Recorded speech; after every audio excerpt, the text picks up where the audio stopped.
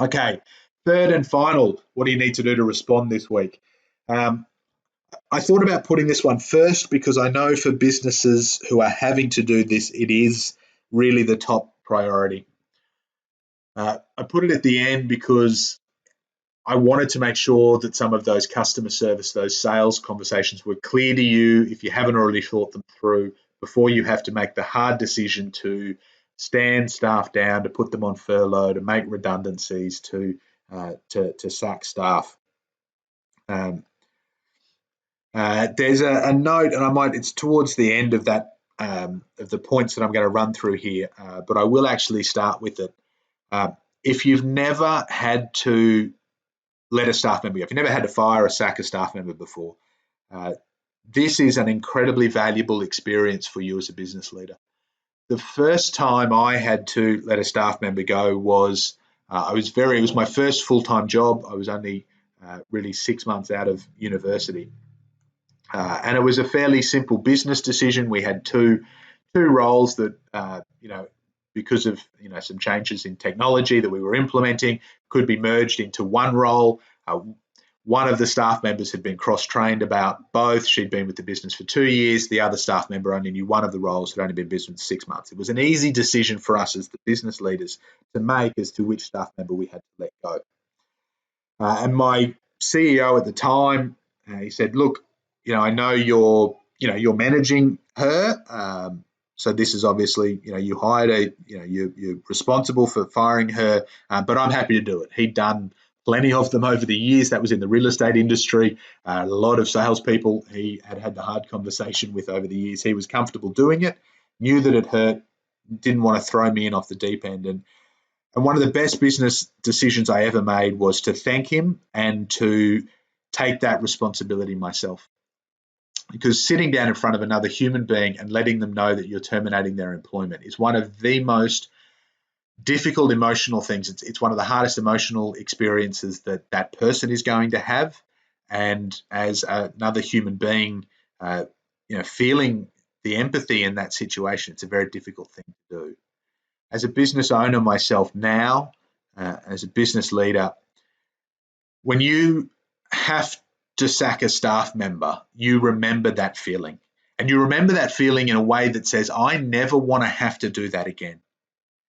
What can I do differently in my business moving forward so that I never have to do that again? And it may be better recruitment practices, it may be better training practices, it might be a whole different business model so that you don't have to go through that pain.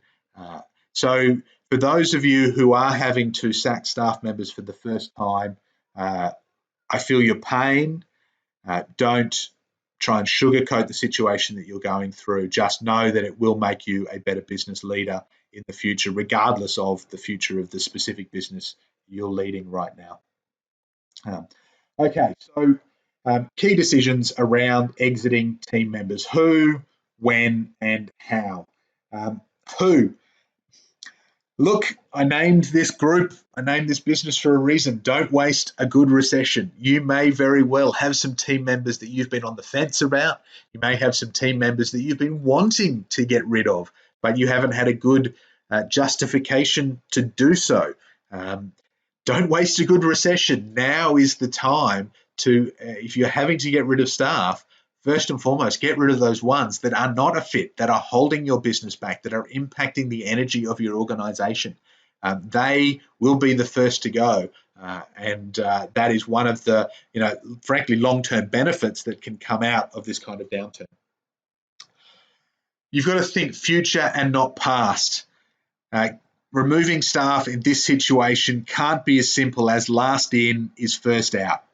You've got to think about the future of your business. If I'm here in 2 years at the end of this crisis, if I'm here in 10 years at the peak of the next boom, that's the business that I'm building from right here, right now, today.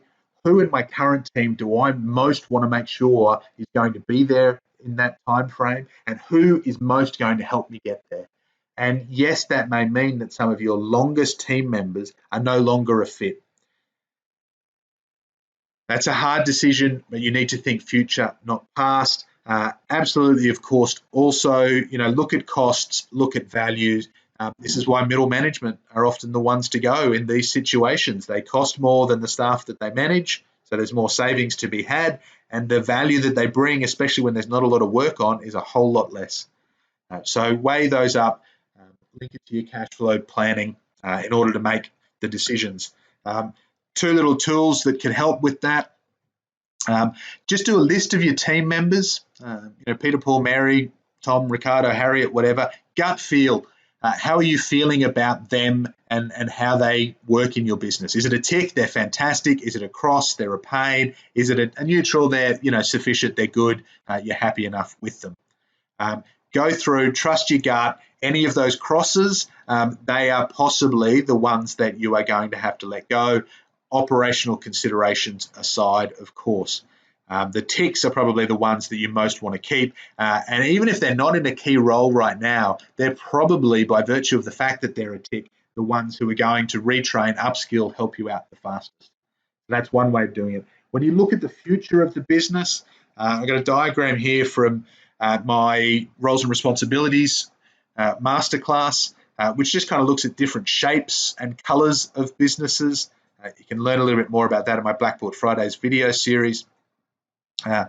If you're looking to the future of the business, which might be next week, which might be in 2 years, it might be in 10 years, what's the size and shape that you want? You can't get rid of all of the doers. You can't just keep the senior staff who are used to sitting around doing sales and let go of all of the people who actually deliver the work. Clearly doesn't work. You can't get rid of all of the administrative staff in most cases. You've got to get that right balance. So if you are downsizing right now, make sure you are also right-sizing, that business you're going to end up with is the right mix of strategic, revenue generating and administrative staff members. And similarly, if you think about who will be in the business in the future, once you've grown as a result of thriving through this or regrown from survival, what's the shape that you want in that? The diagrams that I've got up there, the ones in the top row are shapes that are well balanced. The ones below are out of whack. You want to make sure that the shape of your business doesn't get out of whack now or going through this recession, because that just means more inefficiencies at a time when you can least afford it. I think future, not past. When are you going to do it? When are you going to let staff go? Again, be talking to business owners who have already done this, business owners who have had no choice because of shutdown or because of clients ceasing work. They've had to do it. Don't wait too long. The temptation as a business owner is to hold on, to break even for as long as I possibly can and hope that this all goes away. It's not going away. Certainly the economic consequences are going to be felt for months and I think probably years. So holding on is just depleting your cash flow, depleting your war chest, depleting your energy. So don't wait too long and don't be too shallow with your cuts. Again, the temptation is, if I need to lose 3 team members to break even this month, I'll just lose 3 team members. Based on some of these other questions, if you can get rid of 5 team members, that's probably the better option for you, because that's going to give you breathing space if things get worse. If things don't get worse, it's going to give you a buffer in terms of your cash flow and ultimately your cash. And that buffer, as we're going to talk about as we shift from the respond to plan phases of this economic cycle, that cash buffer is what's going to allow you to invest, to get ahead of the competition, to get ahead of the market. So don't wait too long, don't be too shallow. Link it to the cash flow forecast and scenario planning triggers. Pulling up a slide from last week, which is why I've highlighted last week's date. Again, if you haven't watched that webinar, you can download the slides on my website. Subscribe. Don't Waste a Good Recession on YouTube. Don't Waste a Good Recession on Spotify. Some scenario planning, cash flow forecasting. Those choices you've got at the bottom of each of them, that's the trigger. If we go into this, if we have to shut the whole business down, or if we lose 50% of our staff, 50% of our revenue, and it's going to be for the long term, what are the choices I need to make now to make sure that the business survives and potentially thrives even in that situation? And so those are the trigger points at which you want to That's the when. When do I need to let go of staff? At those trigger points, if not before. Last, which is the how. If you've never done it before, congratulations. This is an incredibly valuable learning. Employment law is complicated at the best of times. Right now, with what governments around the world are throwing in terms of benefits for staff that have been stood down or made casual or lost hours, it's crazy. Some of the forums that I'm in, people are pointing out that, I can sack half the staff this fortnight, hire them again in 2 weeks, sack the other half in 2 weeks, bring them back on. It's better for me to do that than to try and just give everybody half pay, because if I do half pay, they won't be entitled to government benefits X, Y, and Z. It is complicated. It's fast moving right now. I'm not your expert on that. I have some HR advisors who are. If you need some employment law advice, particularly Australia, the UK, where I have specific networks, but I'm also reasonably well tapped in around the US, China, Southeast Asia, New Zealand, South Africa, pretty much every English-speaking former colony. I've got networks in all of those countries. If that's you, if you need some HR guidance and support right now, feel free to let me know, again in the group on Facebook or by email, jacob@jacobaldrich.com. Whether you're having to fire your staff, whether you're just having to stand them down, whether they're going to part-time hours, remember the team communication plan we looked at last week. How are you going to keep communicating with your team through this? We all hope it's only temporary, even if temporary is a 2-year period. This is going on for everyone right now. If you've got to let go of great team members, it's unlikely that they're going to be able to walk into a great job with one of your competitors. They may struggle to walk into a good job anywhere else at the moment. That's the harsh reality that we are all faced with at the moment. Your long-term future may include those current team members, even if there needs to be, for the survival of your business, a period where they're not your employees. So how can you keep communicating through the downturn? And that can be, a Facebook group, a LinkedIn group. You can set up an alumni group of all of those team members. You can formalize it. It can be, the coronavirus victims of XYZ Proprietary Limited, where you can be getting together. Create the forum. WhatsApp group is another common one that I'm hearing a few businesses doing. It gives you an avenue as the business owner to keep people up to date. Hey, great news! We've managed to retain, such and such clients, or great news! Our commercial landlord has given us some relief, which is going to help the business.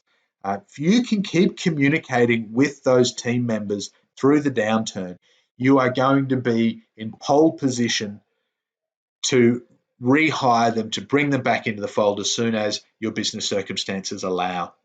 So don't see this as goodbye, as farewell. See this as au revoir. See this as we will see you again soon. And then don't wait. Don't think that I'm going to be able to pick up the phone in 6 months, 2 years' time and re-kick things off.